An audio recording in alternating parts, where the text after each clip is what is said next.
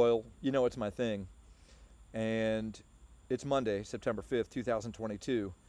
Um, Man, it's hard to make a short video, but I really need to make these videos shorter. So this is the third attempt because each time it gets over 5 minutes long, I just stop the video. So here we go. I'm going to just breeze through what I'm thinking. Just really, these are trade journals for me personally. That's honestly the reason I make these videos, is for myself. So I can go back in time. I've learned a lot about myself by making these videos, but I know there's a couple guys that like it because I think they're learning how to trade. I'm still learning how to trade, man.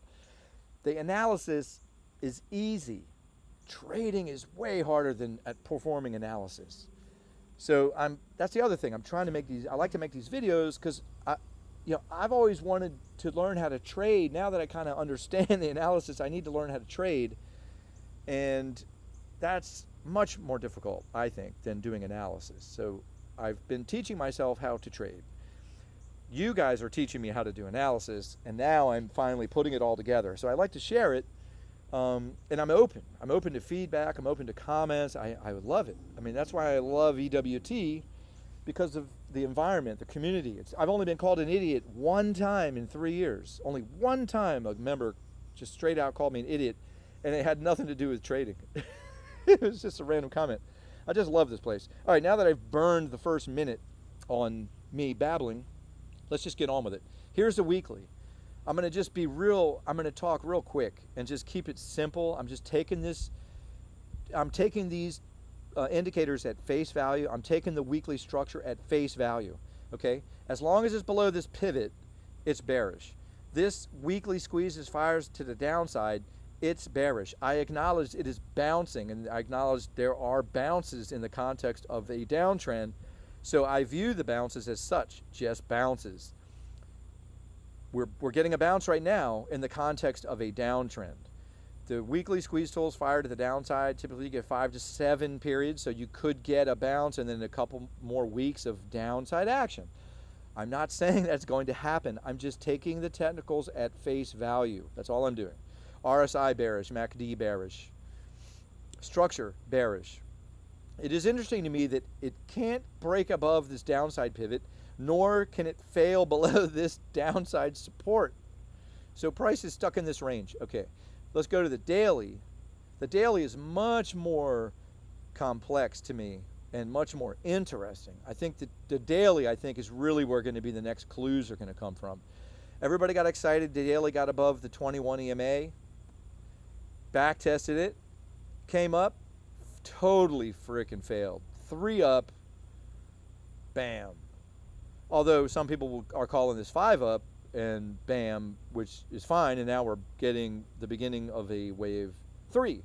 Okay, well, the way I would view that is that let's look at the clues, because I don't need to call the future, because I don't know I don't know the future. Surprise, surprise. So, but I'm just looking at clues.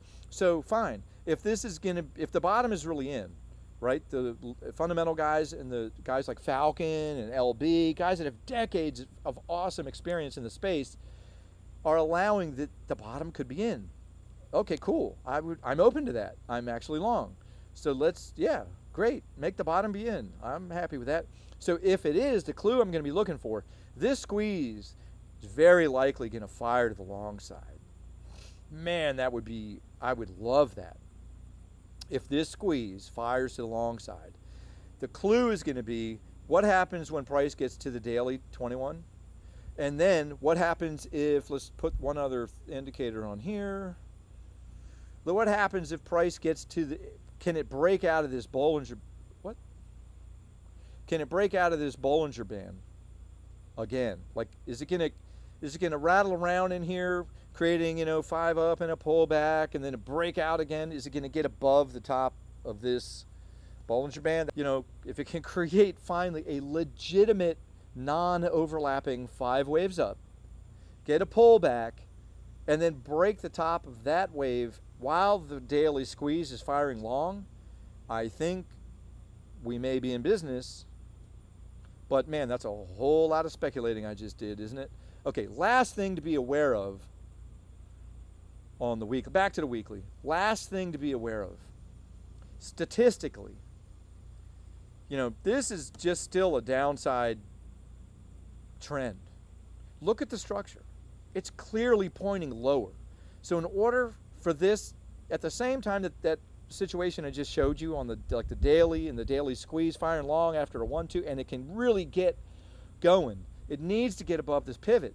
If that can happen, this structure will once again be pointing higher. But right now this structure is pointing lower. That's the last thing I wanted to say, and that's it. Okay guys, I mean, it's 3 up, and it's still going to be 3 up all the way up into here.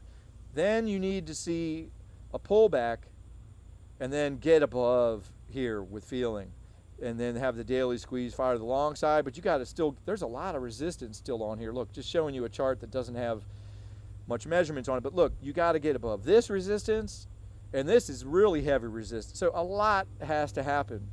But if you're a bull, this is really what the nano, the micro stuff right here is really what you're looking at.